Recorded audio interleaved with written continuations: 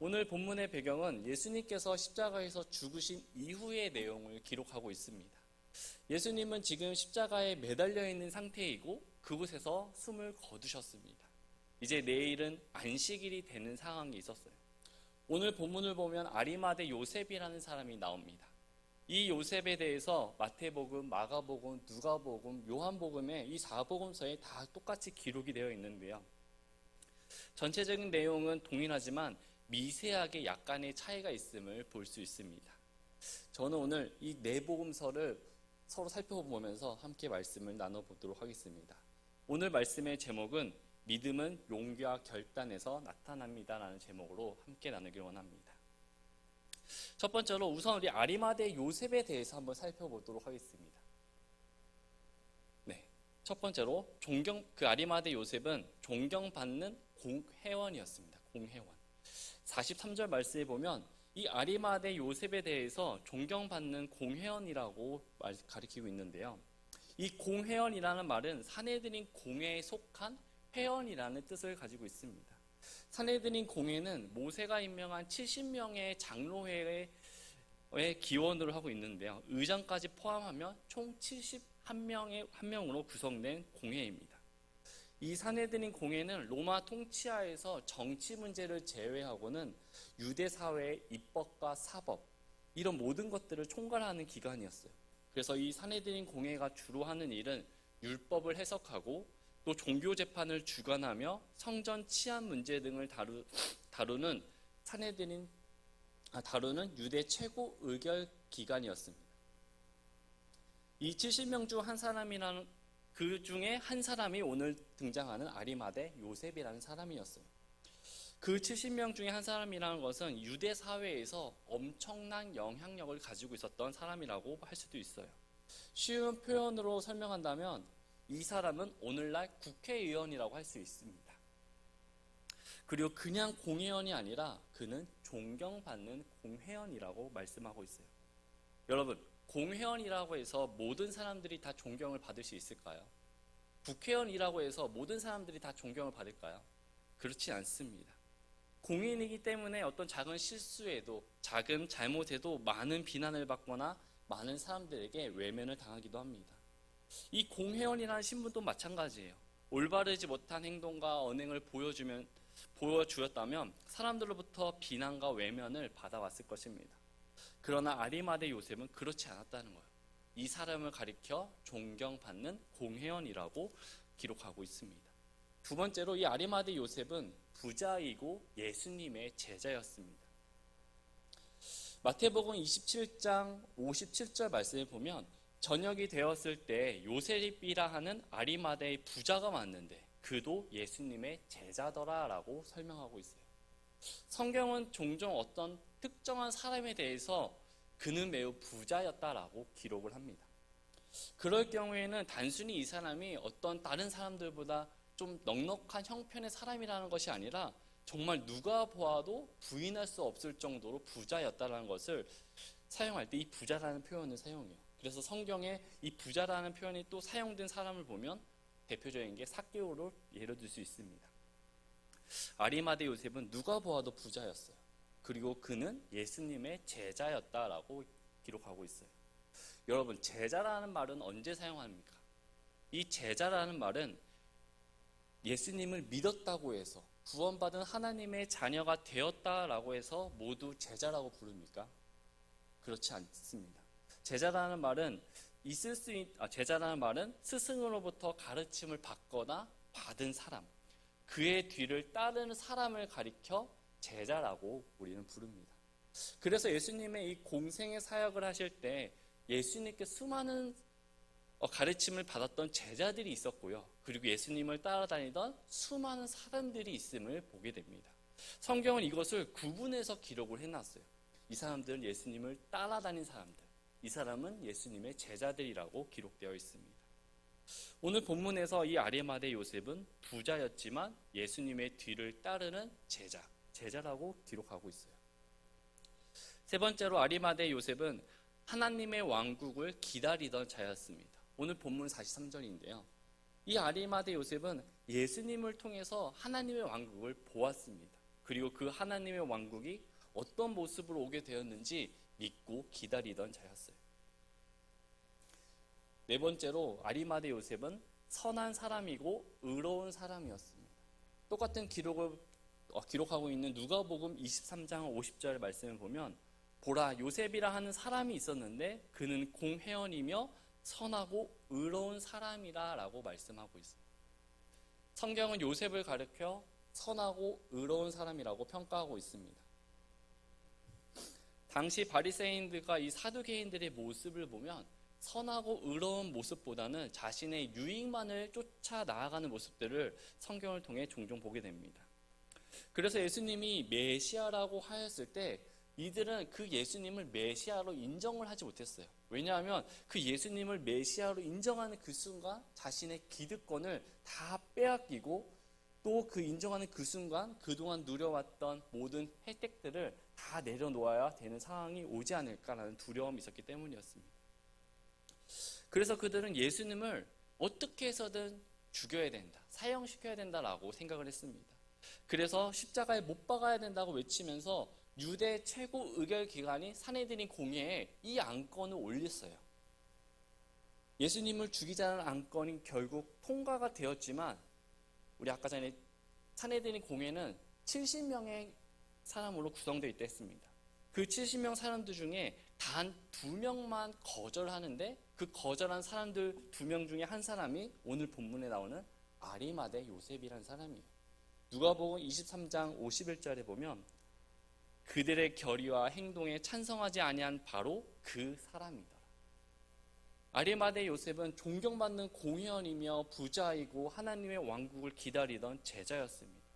또한 그는 선하고 의로운 자였어요. 그래서 하나님과 또 예수님의 말씀이 아니다 싶은 것은 이렇게 공개적으로 아니다라고 말할 수 있는 사람이었습니다.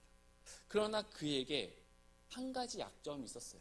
그것은 마지막 5번째, 아리마대 요셉은 은밀히 따르는 자였다라는 것입니다.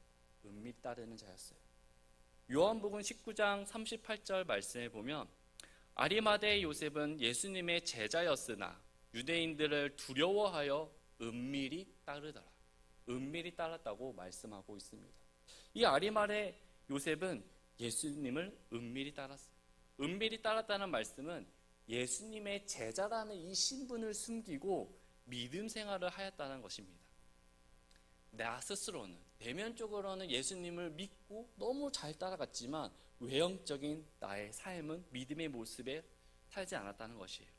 요즘으로 말한다면 교회는 정말 열심히 다니는데 삶 속에서, 회사 생활에서, 밖에서 예수님을 믿는 모습이 드러나지 않는다는 것입니다. 성경에서는 그 이유가 무엇 때문이라고 기록하고 있습니다. 유대인들을 두려워하였기 때문이라고 기록하고 있습니다. 유대인들을 두려워하였기 때문에 은밀히 따랐더라라고 기록하고 있습니다. 그런 유대인들이 무엇을 두려워했을까요? 당시 예수님을 믿는다는 것이 드러난다면 유대 사회에서 지위를 막론하고 추방당하게 되어 있습니다. 근데 이게 그 믿은 사람만 추방당하는 것이 아니에요. 그 사람 플러스 그의 가족들까지도 같이 추방을 당하게 되었습니다. 예수님을 믿는다는 그 사실 하나 때문에 그동안 자신이 힘들게 이뤄놓은 모든 것들을 한순간에 잃어버릴 수 있게 되는 그런 상황이었어요. 아리마대 요셉은 믿음이 없었던 것이 아닙니다. 믿음이 있었어요. 예수님을 죽이기로 공회에 안건이 올라왔을 때 그 2명 중 한 사람이 아리마대 요셉이라고 얘기했잖아요. 그런데 이 모습을 보면 아리마대 요셉에게 믿음이 있었다는 것을 우리는 알 수 있습니다. 그러나 그는 믿음을 가지고 있었음에도 불구하고 이런 믿음을 드러내는 것에 대해서 두려움이 있었어요. 요한복음 9장을 보면 앞이 안 보이는 아들을 둔 앞이 안 보이는 아들을 둔 부모님의 이야기가 나옵니다. 예수님이 진흙으로 그 앞이 안 보이는 아들의 눈을 발라줘요. 그리고 그 아들의 눈이 번쩍 눈이 띄어지며 앞을 보게 돼요. 이때 바리새인들이 찾아와서 그 부모에게 묻습니다. 이 아이는 원래 눈이 안 보였던 것을 아는데 어떻게 앞을 보게 되었습니까? 라고 물어요. 묻습니다. 그러면 이 부모는 뭐라고 대답을 해야 될까요? 평생을 앞을 못 보고 살아가야 되는 아들이었습니다. 근데 하나님의 은혜로, 예수님의 은혜로 앞을 보게 되었어요. 그렇다면 그 순간에 예수님께서 놀라운 기적을 베풀어 주셔서 내 아들이 앞을 보게 되었습니다라고 이야기를 해야 되는 거 맞지 않습니까? 그런데 이 부모의 고백을 살펴보면 요한복음 9장 21절에 보면 그러나 지금 그가 어떤 방법을 통해 보는지 우리는 알지 못한다고 얘기합니다. 또 누가 그의 눈을 열어주었는지 우리는 알지 못한다고 이야기하고 있습니다. 누가 내 아들의 눈을 고쳐주었고 누가 어떻게 볼 수 있게 해주었는지 우리는 전혀 모릅니다. 그냥 시간이 지나니까 아들이 앞을 볼 수 있게 된 것입니다. 이렇게 고백하고 있는 거예요. 그리고선 요한복음 9장 22절에 그의 부모가 이렇게 말한 것은 그분이 그리스도라고 어떤 사람이 시인하면 그를 회당에서 내쫓기로 이미 유대인들이 결의하였기에 유대인들을 두려워하였다라고 말씀하고 있습니다. 유대인들을 두려워하였기 때문에 그렇게 얘기하지 못했다고 말씀하고 있어요. 또 공무원들 중에서도 예수님을 믿는 사람들이 많이 있었습니다. 요한복음 12장 42절에 그럼에도 불구하고 우두머리 치리자들 가운데서도 많은 사람들이 그분을 믿되 바리새인들로 인해 회당에서 쫓겨날까봐 염려하여 그분을 시인하지 못하였다라고 고백하고 있습니다. 당시 그 누구라도 예수님을 믿는다고 말한 사람은요, 지위를 막론하고 모두 쫓겨나게 되었습니다. 예수님을 믿기 때문에 핍박을 당하고 고난을 받고 모든 것을 잃게 되는 상황이 눈앞에서 펼쳐지는 시대였습니다. 이것이 너무나 두려워서 예수님을 믿는 것에, 내가 예수님께 받은 은혜에 대해서 고백을 하지 못하고 있는 거지. 저 역시도 예수님을 믿는다는 것을 당당히 드러내지 못했던 시절이 있었습니다. 군대를 이제 전역한 후에 저보다 앞서 믿음으로 살겠다고 선언한 친구가 있었어요. 그 친구는 이제 같이 한 게 막 지내다가 어느 순간에 그 친구가 이제는 이렇게 살면 안 되겠다 싶어서 믿음의 선언을 해요. 나는 이제 세상과 끊겠다. 나는 하나님만 바라보면 살겠다고 얘기해요. 그러자 이제 자연스럽게 우리 친구들 사이에서도 그 얘기가 퍼집니다. 근데 이제 그런 얘기를 하자마자 그 친구가 그 모임에서 점점 소외되는 것을 보게 돼요. 만나야 되는데 그 친구 빼고 만나야 되고, 연락을 하는데 그 친구 빼고 연락하고, 이런 모습들을 보게 됩니다. 저 역시도 예수님 믿는다는 것, 그래 빨리 얘기하고 그래 믿음대로 살아가야지 하면서 늘 생각을 했습니다. 그런데 제 앞에서 이 친구가 이렇게 되는 모습들을 보니까 너무 두려웠어요. 내가 말하면 분명히 이 친구처럼 될 건데 그것이 너무 두려운 나머지 은밀하게 믿음 생활을 했던 적이 있었습니다. 지금 생각해보면 아무것도 아닌 일인데 왜 그때 당시에는 그렇게 했는지 잘 모르겠어요.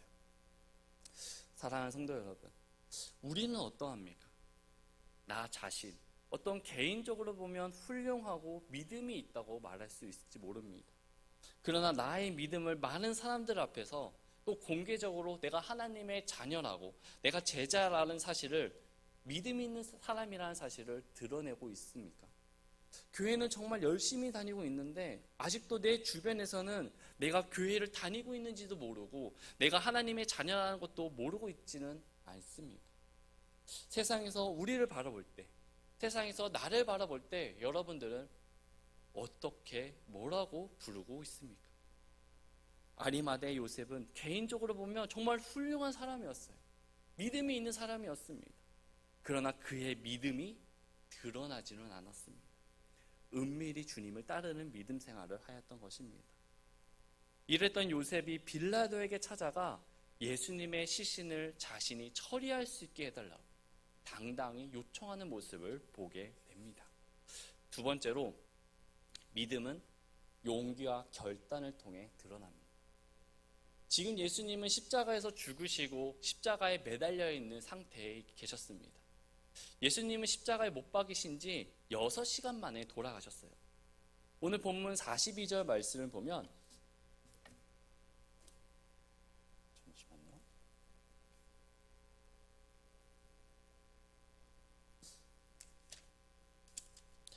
한편 그날은 예배일 곧 안식일 전날이므로 저녁이 되었을 때. 안식일은 금요일 해진 후부터 토요일 해질 때까지가 안식일로 정해졌습니다. 예수님께서는 제9시, 오늘날로 말하면 오후 3시에 운명을 하셨습니다. 이제 3시간 뒤면 안식일이 되는 시간이었습니다. 안식일이 되면 그 어떤 일을 해서도 안 되는 거예요. 그래서 유대인들은 엄격한 안식일을 준수하며 하루 전날에 모든 준비를 끝내놓았습니다.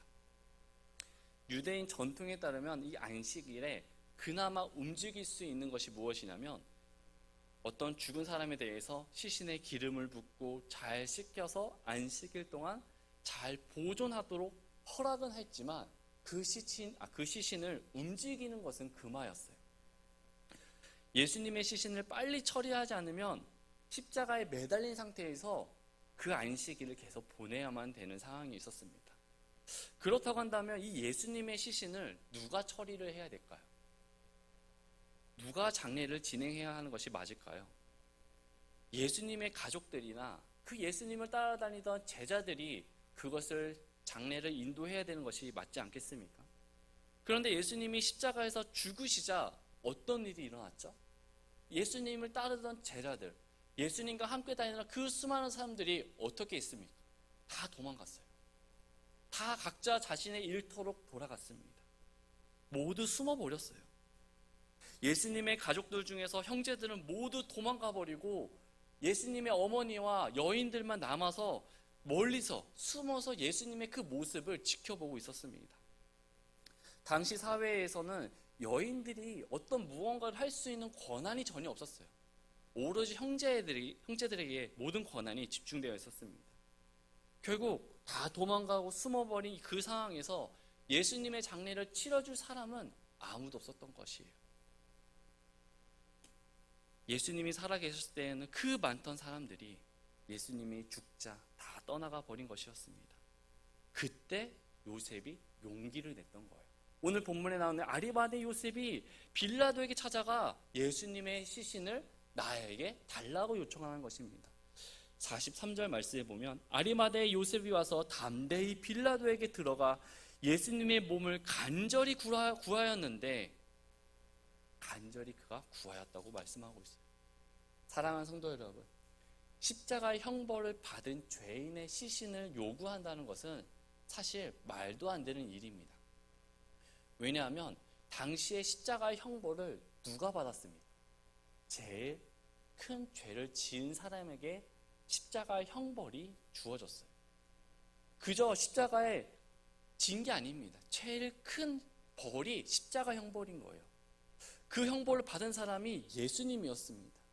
그렇다고 한다면 당시 사람들이 생각하고 있는 생각은 그 사람은 죽어 마땅이라는 생각이 그들에게 다 있었어요.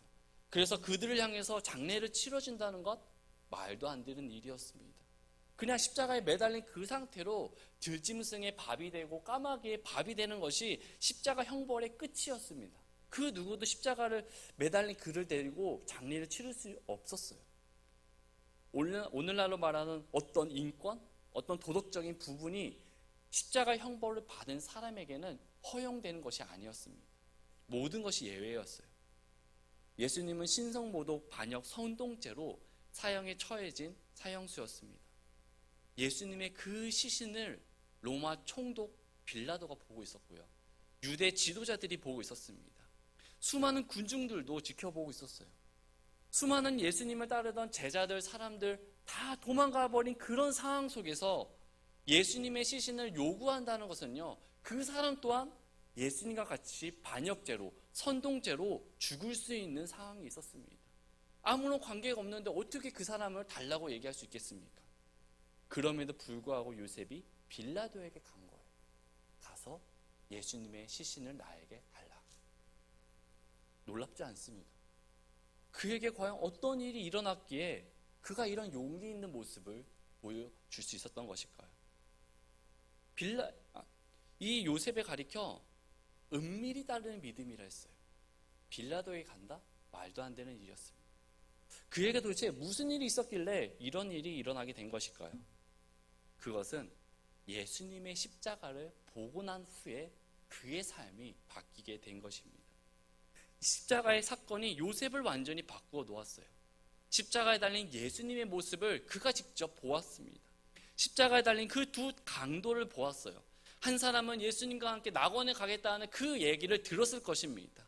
십자가에 달리시기까지 예수님께서 하신 말씀들 하나하나를 다 보고 들었을 것이에요. 예수님께서 숨이 넘어가시기 직전에 다 이루었다라고 하신 말씀도 들었을 것입니다. 아니, 지금 예수님이 죽게 되었는데 무엇을 다 이루었다는 말인가? 이런 생각도 하게 되었을 것입니다. 그러나 이 요셉은 아마 곰곰이 생각해 보았을 것 같아요. 예수님께서 살아생전에 어떤 것을 말씀하셨고 어떤 것을 말씀하셨는지 하나하나 생각해 보았을 것 같아요. 그러면서 예수님이 죽으시면서 다 이루었다라고 말씀하시는 그 이야기를 생각해 보니까 말씀하신 대로 하나하나 떨어지는 거예요. 그동안 예수님께서 이렇게 말씀하셨던 거, 이렇게 이루어지는구나. 예수님께서 십자가 죽으신다는 그 말씀도 이렇게 이루어지는구나. 그런 모습들이 하나하나 맞춰지면서 요셉의 마음속에 용기가 생기게 된 것입니다. 십자가를 만나기 전까지는 그는 숨어있는 믿음, 은밀한 믿음이었습니다. 그러나 이제는 숨어있을 필요가 없었어요. 예수님께서 말씀하신 대로 그대로 일어난 일들을 눈앞에서 보자 용기가 생기고 믿음이 담대해지기 시작했습니다. 십자가의 그 사건을 통해서 요셉의 삶이 바뀌게 되었어요. 마티아스 슈타이너라고 독일의 역도 선수가 있습니다. 2007년에 마티아스의 와이프는 교통사고로 세상을 떠나게 돼요. 근데 이 독일의 역도 선수는요, 아내가 살아생전에 있을 때 무조건 금메달을 따겠다고 이야기를 합니다. 근데 이제 그녀가 교통사고로 세상을 떠나 이제 이 세상이 존재하지 않게 되었습니다. 이제 이 독일 역도 선수는 결정을 해야만 했어요. 앞으로 내가 이 일을, 역도 생활을 계속 해야 될지, 아니면 여기서 그만두고 다른 일을 해야 될지 고민을 했습니다. 하지만 그가 모든 것을 그만두더라도 아무것도 변하지 않을 것이라는 사실을 그는 깨닫게 되었어요. 그는 어떻게든 아내와의 약속을 지키겠다고 열심히 결심해서 그녀를 위해서 2008년도에 올림픽에 출전하게 됩니다. 그리고 그곳에서 치열한 경쟁 끝에 금메달을 획득하게 돼요. 그리고 그는 한 인터뷰에서 이렇게 말합니다. 사별한 아내를 위해 제가 최선을 다했습니다. 이번 금메달을 획득하는 과정에서 아내가 함께했다는 것을 저는 느꼈습니다. 그렇게 이 모든 것이 가능했습니다라고 인터뷰를 했다고 합니다. 사랑하는 성도 여러분, 많은 사람들이 똑같은 십자가를 봅니다. 많은 사람들이 우리의 삶 속에서 그 십자가를 만나게 돼요. 근데 그 어떤 사람은 그 십자가를 바라보고 도망을 갑니다. 제자들이 도망간 것처럼 도망가 버려요. 그러나 어떤 사람들은 그 십자가를 보고 용기를 내어 내가 죽을 수도 있는 그 상황 속에서 빌라도에게 찾아가 예수님의 시신을 달라고 하는 사람도 있었습니다. 우리는 똑같은 십자가를 만나게 될 것이에요. 내 삶 속에 늘 형통하고 좋고 감사한 일들이 있으면 좋겠지만 꼭 그렇지는 않아요. 분명히 우리 삶 속에 십자가가 찾아오게 될 것인데 우리는 그럴 때 어떻게 반응하시겠습니까? 다윗과 골리앗의 이야기를 살펴보면 수많은 사람들이 골리앗으로 인해 두려워했습니다. 사울 왕과 이스라엘 백성들 그 모두가 두려워하여 벌벌 떨고 있을 때 누가 나갑니까? 다윗이 나가요. 다윗은 키가 작아요. 체격도 작습니다. 다 골리앗을 쳐다보면 체격이 크고 모든 것이 완전 무장한 사람이었어요. 다윗이라고 두렵지 않았을까요? 두려워했을 거예요. 그러나 다윗은 하나님의 말씀을 의지하고 용기를 내어 앞으로 나아갔어요. 이스라엘 백성들이 이집트에서 빠져나와 광야를 건너 홍해를 건널 때에도 모세와 수많은 사람들 다 두려워했어요. 앞에 홍해가 길을 막고 있고 뒤에서는 이집트의 군대가 쫓아오고 있었습니다. 안 무서웠을까요? 절망에 빠지지 않았을까요? 그러나 모세가 용기를 내어 지팡이를 물에 꽂았어요. 또한 여리고성을 만났을 때는 어땠습니까? 저 크고 견고한 여리고성을 만났을 때 이스라엘 백성들이 싸울 의지가 있었겠습니까? 그저 하나님 말씀은 성을 돌아라. 아니, 성을 돈다고 그게 무슨 무너지겠습니까? 그런 생각 들지 않았을까요? 그러나 성을 돌았을 때, 용기를 내어 했을 때 기적이 일어난 것을 보게 됩니다. 교회를 다니는 것이 우리의 모든 것을 바꾸는 것이 아닙니다. 내가 받은 구원 어떻게 받았습니까? 그저 교회 열심히 다닌다고 받은 것입니까? 아니잖아요. 예수님께서 나의 죄를 위해 죽으시고 3일 만에 부활한 그 사실을 내 마음속에 영접했을 때, 내 마음에 모셔드렸을 때, 그것을 내가 인격적으로 깨닫고 알았을 때, 인정했을 때 내 삶에 하나님의 자녀가 되고 삶이 바뀌게 될 것 아닙니까? 우리가 그 십자가의 죽음이 있었기 때문에, 예수님의 그 죽음이 있었기 때문에 그 죽음을 우리가 깨닫고 그것을 내가 믿는 그 순간에 우리는 놀라운 삶을 살아갈 수 있게 된 것입니다. 저도 교회는 어릴 때부터 다녔어요. 저희 부모님은 교회를 다니지 않습니다. 저는 이제 왜 제가 갔는지는 참 기억이 안 나는데, 어릴 때 저 혼자 교회에 찾아갔었어요. 가서 예배드리고 막 친구랑 놀고 이랬던 기억이 있습니다. 교회는 열심히 다녔지만 오늘 아리마대 요셉처럼 은밀한 믿음 생활을 했습니다. 주말에 약속을 잡으면 안 된다는 거 알고 있었죠. 예배가 우선이라는 건 알고 있었습니다. 그러나 예배를 드려야 된다고 말하지 못했던 적이 너무나 많이 있었습니다. 내가 교회 다니고 있고 내가 믿음의 사람이라는 사실을 드러내지 못했던 적도 너무나 많이 있었어요. 이랬던 제가 어느 날 그런 생각이 들더라고요. 내가 지금 이 모습으로 하나님 앞에 섰을 때 과연 나의 모습을 통해 하나님께서 칭찬해 주실 수 있을까? 난 칭찬받을 수 있을까? 라는 생각을 하게 되었습니다. 제가 그런 생각을 하게 되니까 그때부터 저의 삶이 놀라게 변하게 되더라고요. 그 전까지는 머뭇거리고 은밀하게 남들을 의식하며 그렇게 생활했던 저의 삶이었지만 그 순간부터는 모든 것을 선긋기 시작했습니다. 오로지 예수님을 생각하며 하나님을 생각하며 철저히 예배 중심, 하나님 중심으로 살아가게 되었어요. 이와 마찬가지로 요셉의 삶도 바뀐 것이에요. 그 전까지는 겁쟁이였고 용기가 없었던 그였지만 그가 예수님의 십자가의 사건을 통해서 놀랍게 변화가 되었습니다. 아무도 예수님의 시신에 대해 아무것도 하지 않고 있는 그때 오직 요셉이 빌라도에게 가서 달라고 한 것이에요. 아리마대 요셉은 용기를 내어 그동안 이룩한 모든 것들이 다 없어질 수도 있다는 것을 감수하고도 예수님처럼 모함을 받고 핍박을 받게 될 줄을 알고도 예수님의 시신을 요구했던 것입니다. 본문 44, 45절 말씀에 보면 빌라도가 그분께서 벌써 죽었을까 하고 이상히 여기며 백부장을 불러 그분께서 죽은 지 오래되었는지 그에게 묻고 백부장이 그것을 알아본 뒤에 그 몸을 요셉에게 주매. 여러분, 제가 십자가 형벌로 죽은 사람에게는 장례도 안 된다고 말씀을 드렸습니다. 그런데 요셉의 신분이 무엇이죠? 존경받는 공회원이었습니다. 부자였어요. 영향력 있는 사람이었습니다. 그 사람이 빌라도에게 가서 예수님의 시신을 달라고 한 것입니다. 원래대로 했다면 빌라도는 거절했을 것입니다. 모함을 해서 그를 죽이려고 했을 거예요.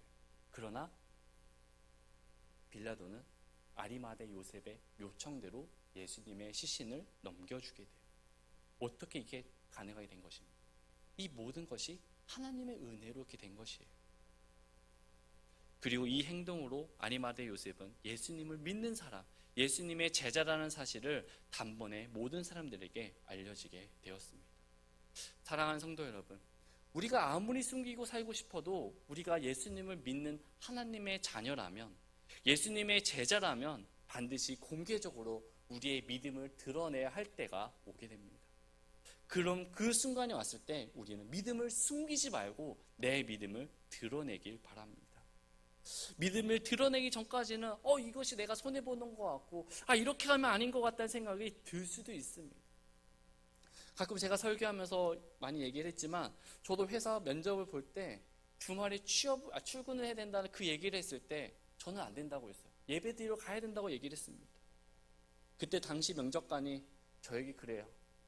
우리랑 안 맞다. 저는 떨어진 줄 알았습니다. 그러나 믿음을 드러내었을 때 합격하게 되었고, 주말에 교회 나가 예배드리고 찬양하게 되는 일들이 일어나게 되었어요. 사랑하는 성도 여러분, 용기를 내시기 바랍니다. 믿음을 드러내는 그 순간이 온다면 내 생각이 어떠하든지 간에 믿음을 가지고 용기를 내고 한번 드려보세요. 그럼 놀라운 일들이 일어나게 될 줄 믿습니다. 마지막 세 번째는, 믿음의 용기는 기적을 일으킵니다. 용기를 내어서 빌라도에게 예수님의 시신을 인수받게 됩니다. 그런데 이제 문제가 생겨요. 예수님의 시신을 넘겨받긴 했는데 모실 곳이 없는 것입니다. 요셉은 고민을 합니다. 그러다가 딱 떠오르는 거예요. 내가 가지고 있었던 무덤이 있지, 그 돌무덤에 모셔야겠다라는 그 생각이 떠오르는 것입니다. 원래 이 돌무덤은요, 예수님을 모시려고 준비했던 무덤이 아니었습니다. 자신과 자신의 가족들이 사용하려고 미리 준비하였던 곳이에요. 그런 무덤입니다. 얼마나 좋은 곳으로 잘 준비해놨을까요? 그런데 마침 예수님의 시신을 넘겨받자 그 생각이 떠오르는 거예요. 내가 가지고 있는 무덤, 그 무덤에 예수님을 모시게 됩니다. 요한복음 19장 41절에 결코 사람을 둔 적이 없는 새 돌무덤이 있더라.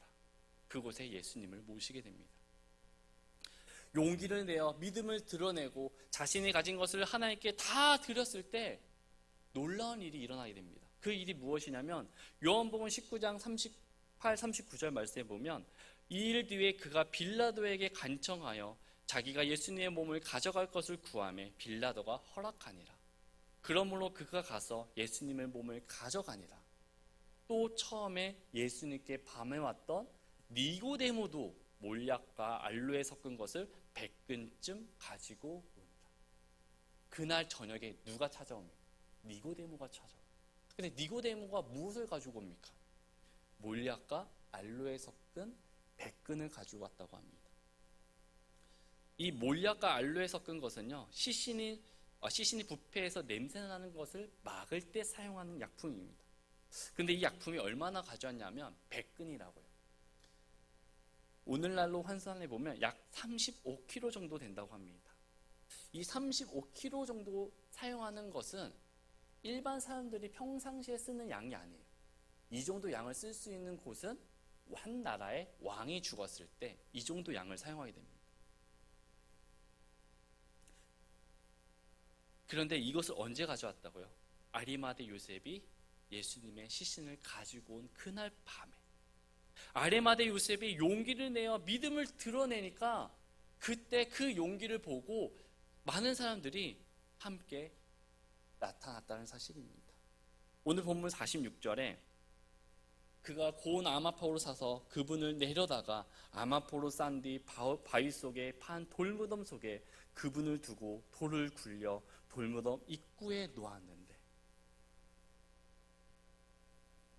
그리고 47절에 막달라 마리아와 요새의 어머니 마리아가 그분이 놓인 곳을 지켜보더라. 또 이 모습을 누가 지켜보고 있었습니까? 막달라 마리아와 여인들이 지켜보고 있었어요. 그리고 그 다음날 안식구 첫날에 어떤 일이 일어났습니까? 여인들이 향품을 가지고 예수님의 그 장사 지내러 가려고 했던 그 순간에 예수님의 부활하심을 목격하게 되었습니다. 사랑하는 성도 여러분, 내가 어떤 한 사람의 믿음의 용기는 그 한 사람으로 끝나는 것이 아니라 이게 전면성이 있어서 그 사람의 믿음을 보고 옆에 사람들이 그것을 도전을 받고 힘을 얻어 무언가를 하게 된다는 사실을 기억하시기 바랍니다.